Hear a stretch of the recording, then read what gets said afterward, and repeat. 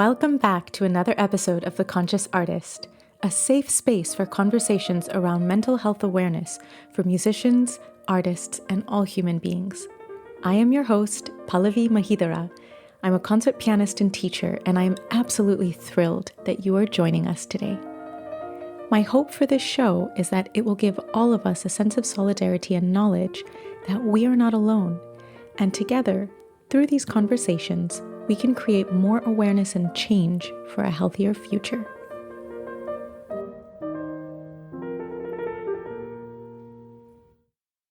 This season finale, we are joined by an exceptional artist and human being.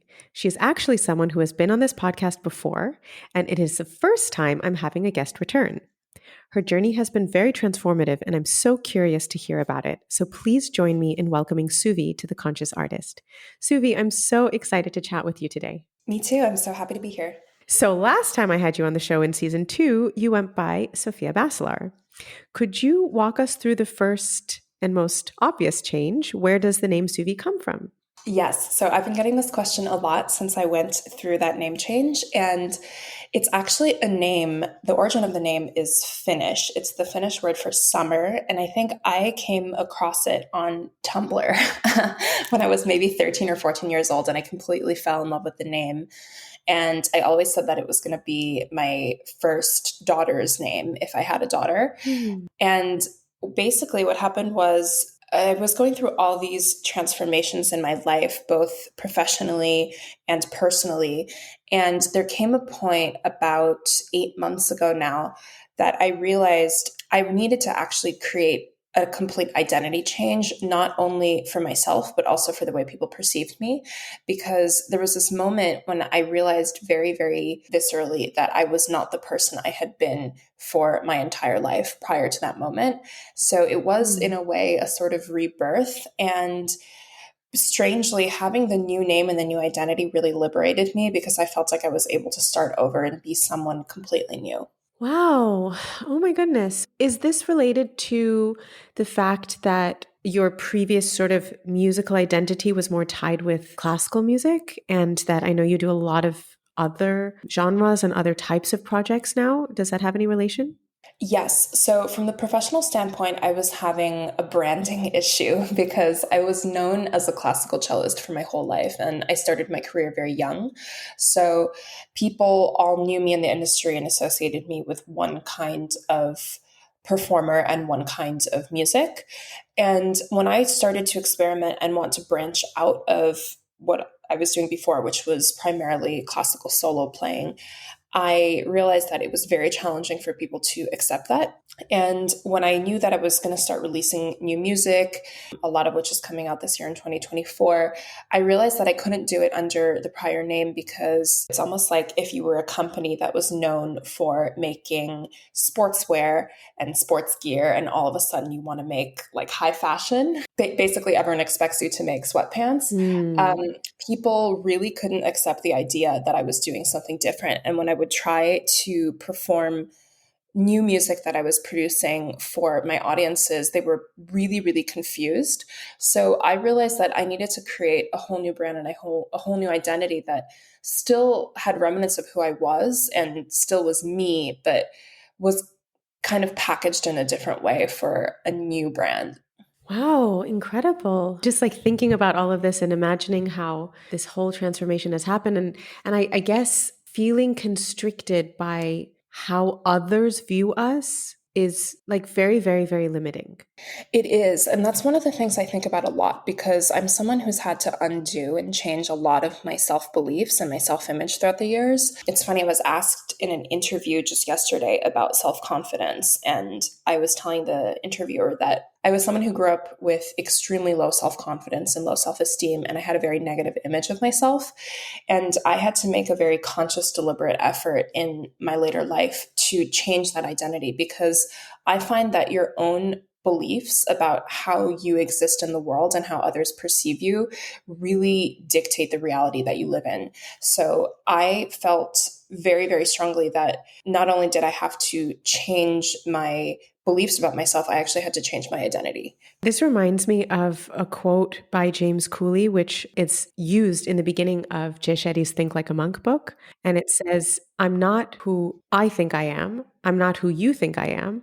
I am who I think you think I am. Exactly. And it's like this concept that we also, when we don't know who we are and we start to listen to all of the noise around us, it becomes very confusing. It becomes very unstable because it's like, well, I value the opinions of the people around me, yet I don't necessarily feel in sync with what someone is saying. Or I have many aspects of my personality or my identity or my character or things that I have interest in that I'd like to share. But as you say, when we get pigeonholed into something, it can feel extremely constricting. Absolutely. And I think for me, the way I grew up, especially having done so many years of conservatory training, I mean, I began at Juilliard when I was 10, and then I went to the Paris Conservatory when I was 16, and then I moved to Berlin and studied at Hans Eisler, and then came back to Juilliard. So start to finish, it was 16 years of classical conservatory where I lived the identity of I am a cellist. And even very, very early on in my studies, I remember even as a teenager, I think now this has changed a little bit, but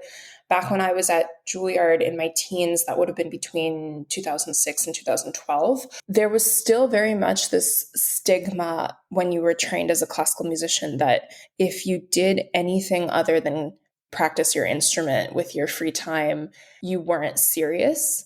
So I always felt like I had to hide all these other interests that I had. Even the fact that I was also studying visual art at MoMA at the same time, I kept it secret from my teachers and my classmates at Juilliard because it would have been seen as a distraction or a lack of focus on your instrument. So it was really hard for me because the identity I wore my entire life and what people associated me with was cello. And that was so strongly ingrained into who I was because I started at age 2 and it was practically given to me at birth that I really felt like I had to uphold that identity. And there was a very distinct moment shortly before I decided to do the name change where I realized that I had been living my life in a way where I was essentially fulfilling the expectations and desires of the people around me who told me what I should be and who I was. And there was this moment I was walking around New York City and I realized that I had changed so much. I'm from New York, but I had moved to California a few years before, and I hadn't seen a lot of the people I used to see in New York for about 2 years. And I came back and I realized people were still talking to me and asking me questions and viewing me as the version of myself I had left behind more than 2 years ago. And it was a very interesting experience for me. I know that you've moved from the States to Spain, and I'm sure you've experienced this as well. Often when we change and evolve and grow and then encounter someone from our past who knew less evolved version of us, I find that I'll be tempted to regress to the state I was in before to sort of fit their expectation of how I would be interacting with them. And it was very bizarre. I was in New York this week and everyone was talking to me like I was still a conservatory student at Juilliard. And I realized that I had left that part of my life completely in the past and had moved on to other projects. And no one who knew me in my present life in California spoke to me that way anymore. And that's when I truly realized, and I was so, so aware that there was this evolution and transformation and that I really wasn't the person I was before. And it was funny because I was listening to this song by an artist I love called Lolo Zouai called Galipit. She's French Algerian American, so she sings in French, Arabic, and English. But there was this one lyric that kept getting stuck in my head and I would play the song on repeat. And it was basically, I'm not the one you knew before, baby got a new MO. And that got so stuck in my head. And there was this moment where I realized, oh my God, I'm really not the one you knew before. I do have a new MO and I need a new name. So the reason why I chose Suuvi was just because I always loved that name. But it was really a transformation that happened slowly, probably over a few years, but really in, I'd say, the last 6 months or so before I did the actual name change. And what people didn't realize is that I thought about it for a long, long time. At first, I thought about creating an alter ego identity and only releasing music in the metaverse. And then I thought of having two separate identities where I would do my classical stuff under my birth name and all the new stuff under the new name.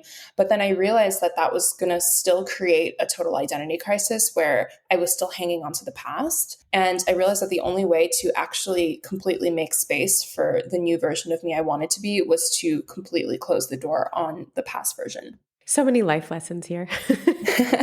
Yeah, I understand. I do very much. As long as we hold on to the past, as long as we hold on to things that don't serve us, we don't leave room, we don't make space for new things to come in. And I was very fascinated about what you were saying with your experiences having people speak to you as if you were still an older version of yourself.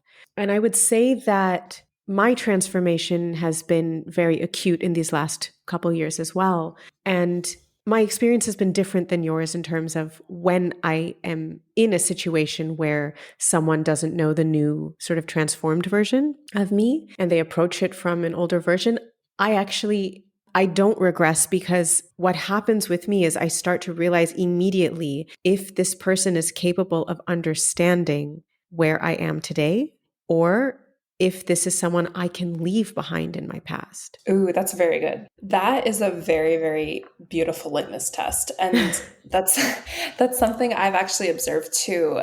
I'm not someone who ever feels like I need to deliberately cut people out of my life. That happens very, very rarely. Sure. But there is something I have noticed that, when you naturally evolve and change, there are people who just don't really mesh in the same way. A very, very clear example of this was when I got sober. It was a very, very big transformation for me because I realized that a lot of the people I was around before who had been very negative and destructive, I just couldn't be around them in the same way. And it did, in a way, become a filter for people who were operating in alignment with where I wanted to be in life. And it's very rare, like I said, that I deliberately cut someone out. But for most people, they just sort of naturally fell away. And it wasn't such a difficult decision to make. Right. No, I think that's very natural and very normal. I mean, there's a saying that says some people come into our lives for a reason, a season, or a lifetime, right? Exactly. And while we often speak about this in terms of like relationships, especially romantic relationships, I think it's relevant for any kind of human interaction and relationship. Sometimes we meet someone just for a day, a casual stranger in the airport, and we have some interaction with them and something they say sticks with us and it's a catalyst for something. Or maybe we meet someone and they are a huge part of a very difficult time of our lives. But through that time and that personal evolution, by the end of that, you guys may not continue to vibe in the same way. And that doesn't mean you can't appreciate what they were there for and how we connected in that moment. It just means they were the right person for that moment.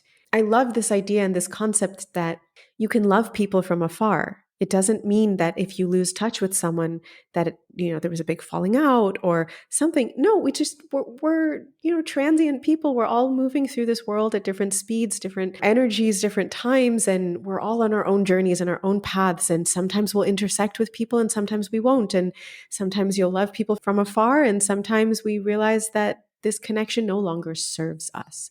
And all of those things are okay.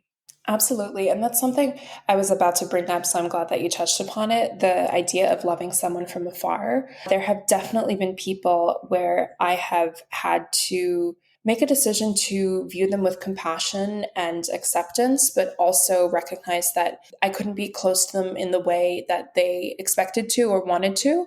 And I think one of the most important lessons that I definitely learned in this chapter of my life is setting boundaries. And I think setting boundaries is something that's very difficult for many people to do. It was extremely difficult for me for most of my life.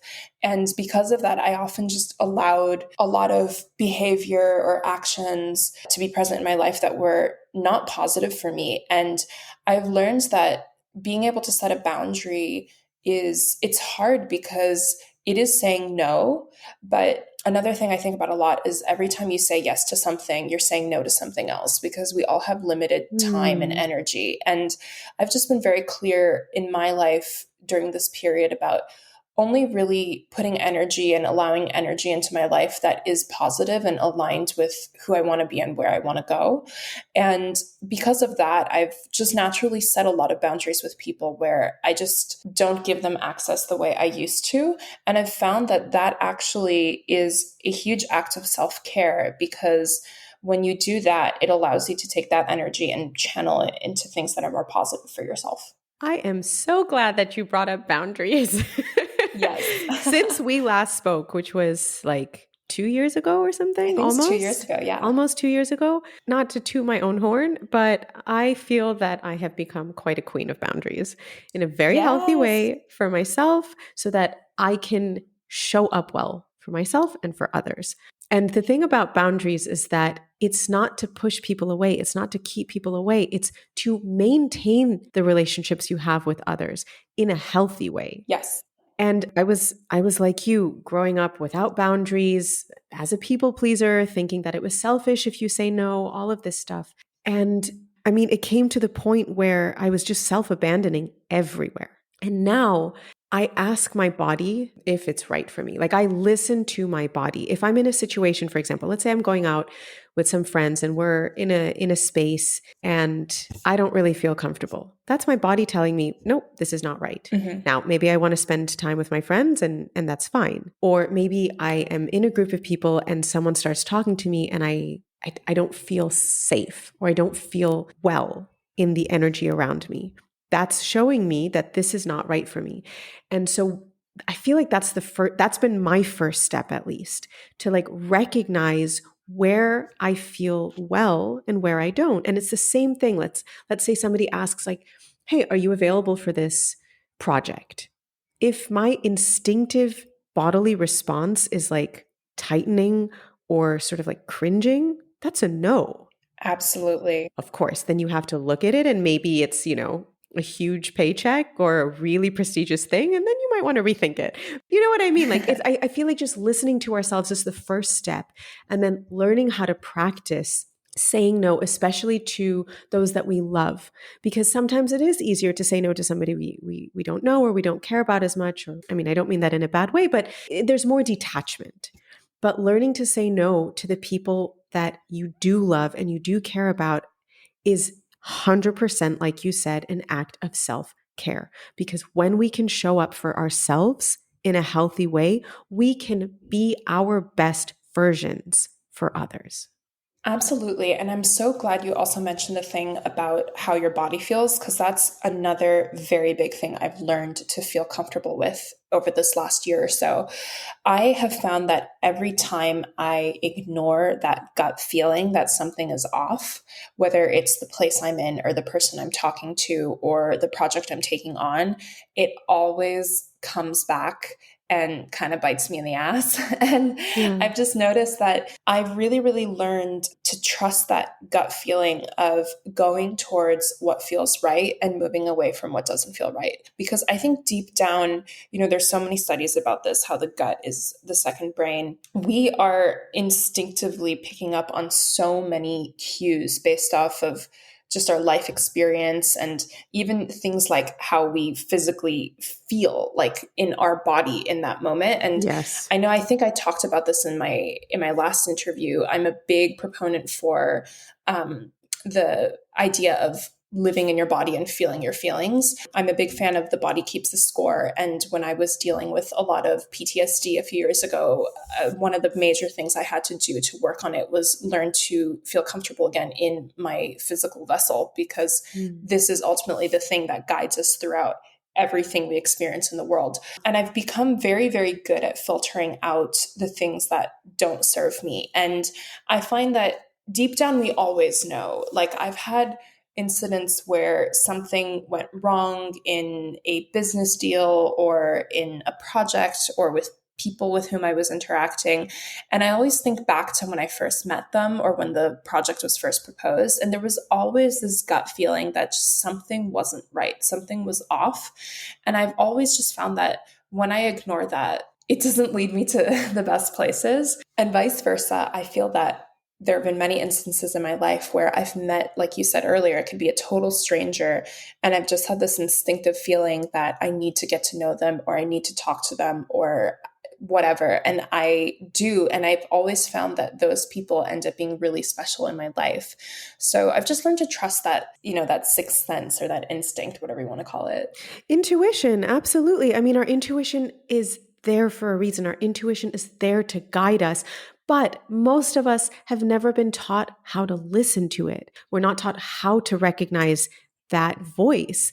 And a lot of what I've been learning in these last couple years is how to distinguish the difference between anxiety and intuition, because both feel like thoughts, but one feels chaotic and one feels safe. Yes. And I've noticed that my intuition speaks to me in the most random moments. Like, I don't know, I'll be at the supermarket or something, and all of a sudden, just this random thought will like just float into my brain and then float out about a situation that I'm dealing with or whatever. Let's say like, oh, this person is giving me these kind of vibes. And it's just like this thought goes in and then goes out. And I've never thought about it before. I've not like been anxious about it before or whatever. And it just floats through calmly and passes. And I've understood after many experiences like that, that is my intuition. And every time I ignore it, the end result ends up being exactly what that intuition was telling me.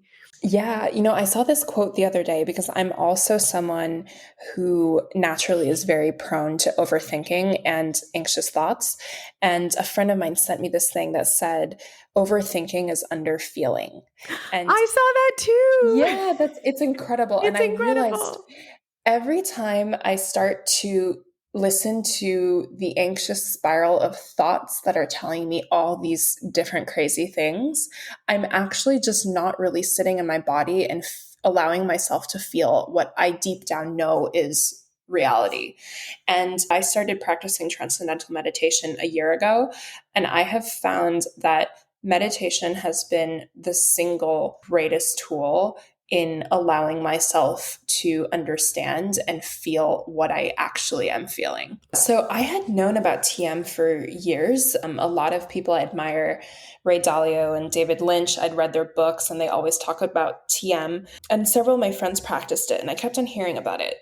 And I had this moment when I was on tour about a year and a half ago where my anxiety was so bad. And I always suffered from really, really bad insomnia and anxiety. And the two are very interrelated, where whenever there was a lot on my mind, which was basically always, I would stay up all night, often till like 7 a.m, not able to sleep because I would just go into these anxious spirals, none of which would ever become reality, for the record. I remember like I've had the craziest thoughts at 4 a.m. and literally none of them have ever manifested in my real life, which is something I've tried to really remind myself of whenever that pops up. But I was in London and I was texting a friend of mine. It was the middle of the night there, but it was daytime in California. And this friend of mine who had been practicing TM for 13 years, I was just going on and on about all this anxiety. And he was like, you really should try meditation. And I was like, I've tried every form of meditation since I was probably like 10 years old. And I just can't do it. Like I can't focus. I can't sit still. The idea of meditating for 1 minute was like torture to me, let alone if people aren't familiar with the practice, TM is done in 2 20-minute sessions a day.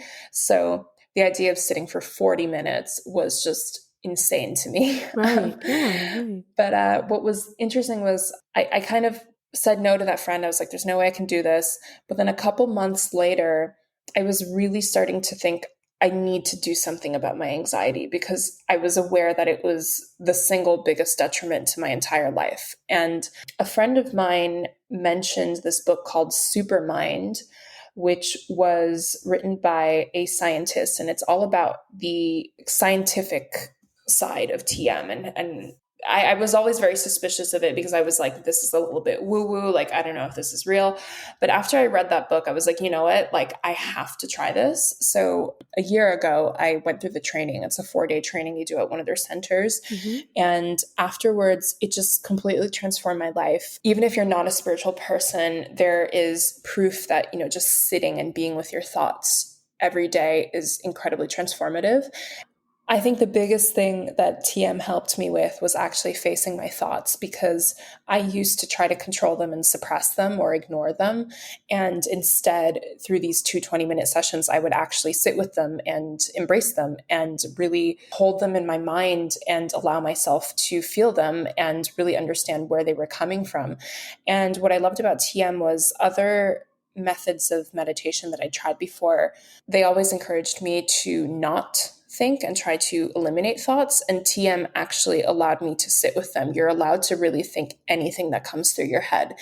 And then you have a mantra that you're given that you return to and you repeat, which kind of centers you. And I've just found the practice to be incredibly transformative. And I really feel like a different person. After I started practicing, my insomnia went away. If anyone knew me prior to last year, I was famous for being an insomniac, but it wasn't a willing choice. I didn't want to not sleep. And that was also a huge thing that affected my mental health and my ability to function in my daily life. And I found that meditation and getting regular sleep and everything else that I do that is a self-care practice has just helped me be a more efficient and happy human. I'm so happy to hear this. This is really, really, really so beautiful to hear. Regarding meditation, I really appreciate the way you highlighted your own struggles with meditation in the past, because I think that's most people. I'm not somebody who practices meditation regularly. I am somebody who appreciates meditation and always feels better when I do it, but I'm not disciplined about it. And I think part of that is due to the fact that I feel like I need to achieve something with it, which is, as you say, the way we're sort of guided with it in the beginning, that, it's, we want to find silence, inner silence, all of this stuff. And recently I was chatting with a friend and I said, I feel like the goal with meditation is just to relax the focus. It's like when you're staring at something and all of a sudden your eyes just slide out of focus and they relax. That's the sensation that we want to feel with our brain, that it just like slides out of focus and relaxes, so that whatever thoughts are coming, they're coming and they're going, and you observe them as they pass by. You are not shaming them. You are not criticizing them. You are not trying to push them away. You're not trying to suppress them, ignore them, nothing. They just come, they go. You accept them for what they are. You acknowledge them, and they eventually leave. And it was just like this visual, physical sensation and representation of what I feel happens when I, let's say, in quotes, successfully meditate. There is no successful meditation. It is whatever it is that your body needs in that moment. It is whatever it is that your mind needs in that moment, and your soul. So I'm really glad to hear that this has been so transformative for you with this kind of practice of meditation. Yeah, and I think another thing that you mentioned is really the lack of judgment, because I think one of the things I used to struggle with all of my overthinking, and meditation really helped me with this, was feeling shame and guilt as to why I couldn't control all these thoughts. I think because I've always been such an ambitious and hardworking person and I'm very goal oriented, I would struggle to understand why I couldn't control my thoughts, because everything in my external life, I kind of know how to handle. If I have a goal, I pretty much can figure out the steps I need to get to the point I want to get to. But with my thoughts, it would be like this like wild horse that was like running through my brain that I couldn't tame. And there was this moment with TM where I finally realized I didn't have to control them. I just had to observe them. And it was almost like, if you have the metaphor of the horse, once I stopped trying to like chase and restrain the horse, I just realized that the horse can exist there and the horse can run around, and you don't actually have to give the horse attention. If it's a thought that doesn't serve you, it can live there, but you don't have to believe that it's your reality. That is super powerful. Thank you for sharing that in that way. I love that sort of visualization and metaphor. Can you tell us a little bit about neurofeedback therapy? I know that you mentioned that was another thing that has been part of this new chapter in your journey. Yeah, so as I mentioned in my first interview and earlier today, I had a lot of PTSD. And this is something that I knew about myself and I was very aware of because of several traumatic events that had happened in my life. But I had never actually had someone validate that to me until I went in for neurofeedback therapy. And I've tried various forms of therapy for several years, some of which have been effective, some of which have been less effective. But what was interesting to me about neurofeedback is that the first thing they start you with when you go in is you do several brain scans. So the practitioner can really give you an objective analysis of what is going on in your brain. And I remember when I first went in for my brain scans, the practitioner told me, the first question she had was if I'd ever had a traumatic brain injury. And I was really shocked because I was like, not that I'm aware of. I don't think I've ever had any head injuries. But she basically told me that from looking at my brain scan, it was very reminiscent of people who either had had a traumatic brain injury or very, very severe PTSD. And for me, that was actually incredibly, incredibly liberating because I had suffered from really bad depression and anxiety for years and years and years. And everything I'd tried to do to mitigate it had worked to an extent. But ultimately, I always kept on running into this roadblock where the anxiety would come back. And what was fascinating about having that externally validated to me was it was a little bit like, I remember at first she told me some patients are not happy to hear something like that, but I was actually thrilled because it felt like, there's all this stigma around mental health. And I think a lot of people don't want to admit that they have some sort of mental health issue, even if it's just depression and anxiety, which is very, very rampant amongst our community today.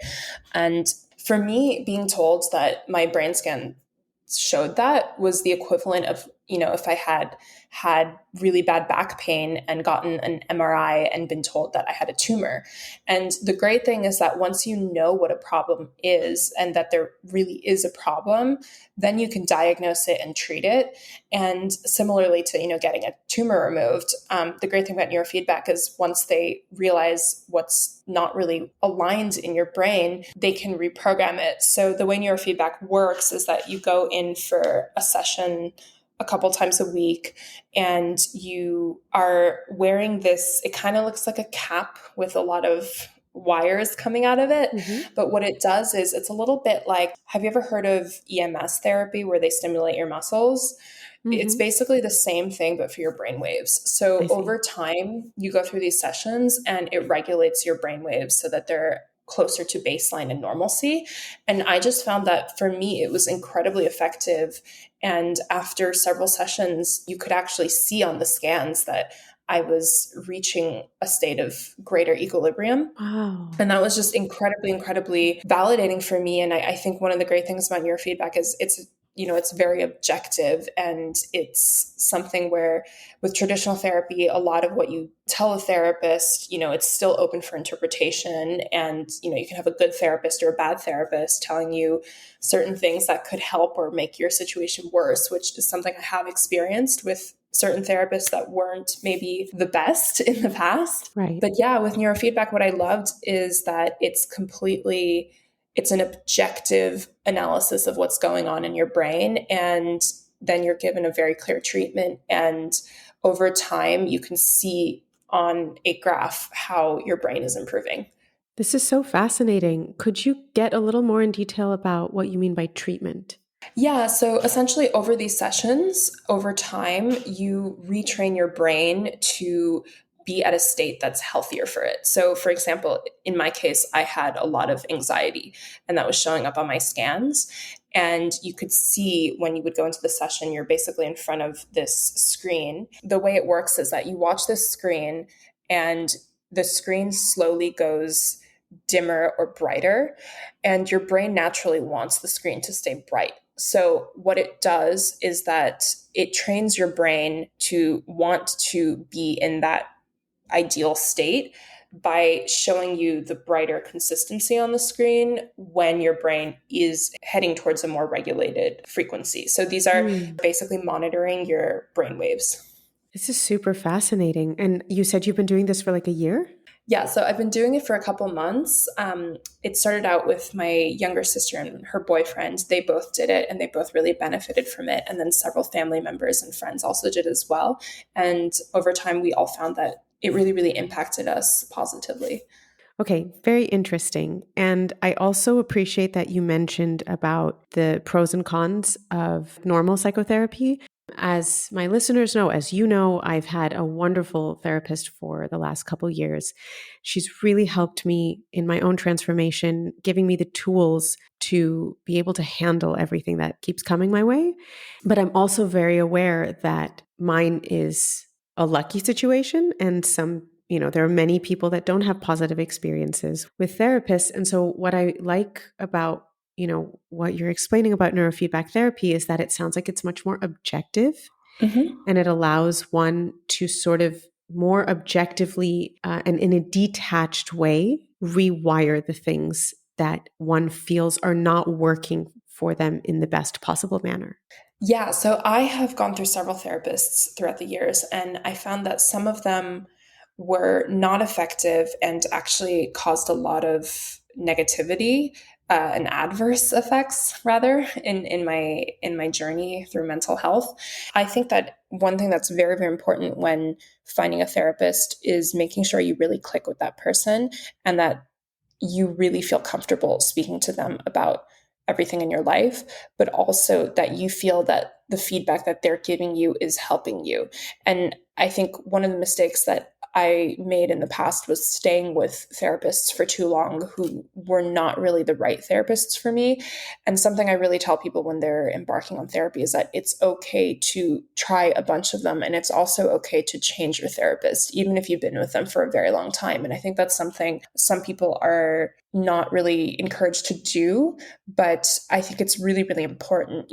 Even a great therapist, sometimes you can outgrow them or move in a different direction. And it's always good to get other perspectives.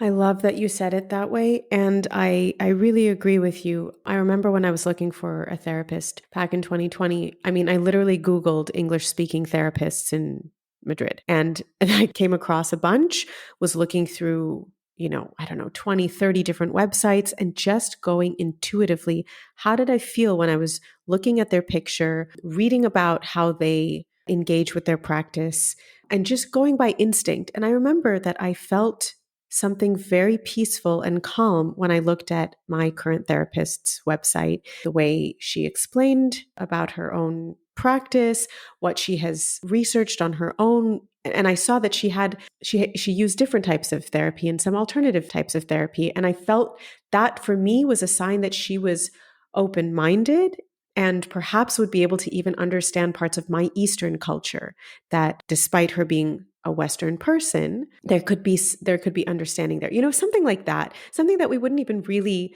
think about as something that could be an issue.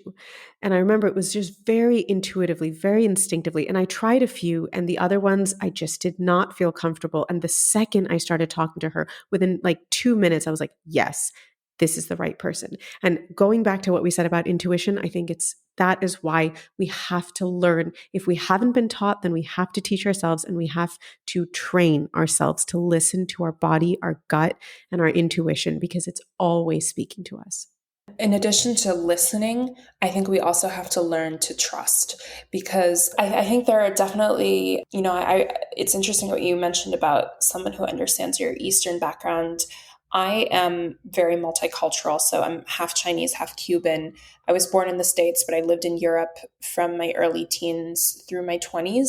So I feel very much a mix of various different kinds of people in one.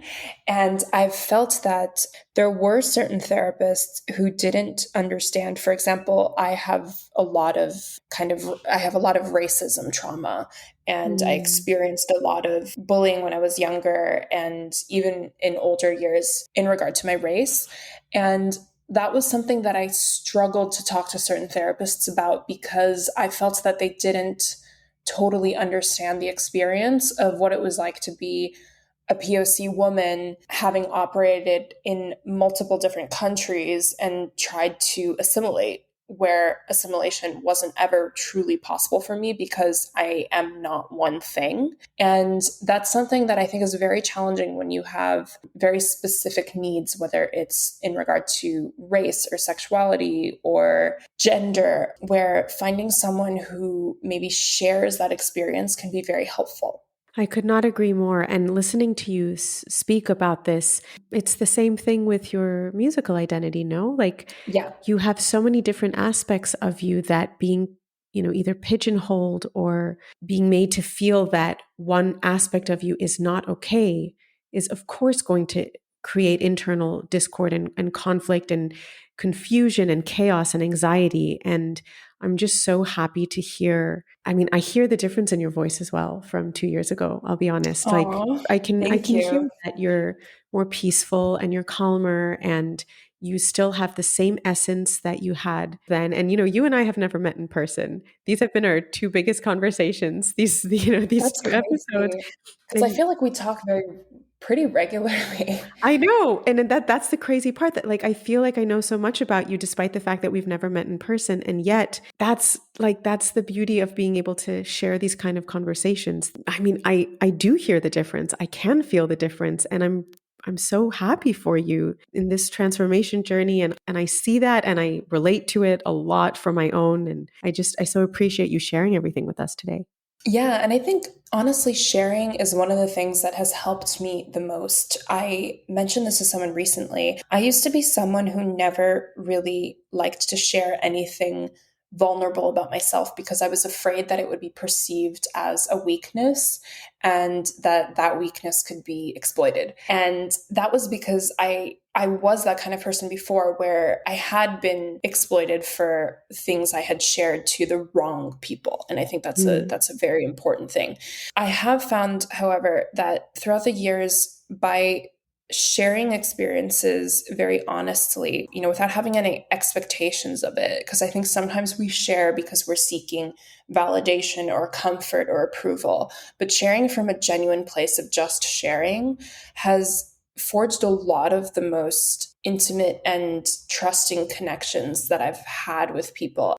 I just find that being open about who I am with the people around me versus trying to craft this perfect image of who I thought people wanted me to be, it has really, really liberated me. And that's why I do feel very comfortable now, going on a public forum like a podcast and talking about these things. It's because I really know myself, and it took a very long time to get here. But now that I do feel very secure in who I am, I don't really feel any shame or fear in people knowing who that person is. I am so happy to hear this, truly. And I always say, like, the people who are our people, truly our people, are there for every version of us, are there to support every version of us, and are there to inspire and cheerlead every version of us. And those who are not are simply not our people.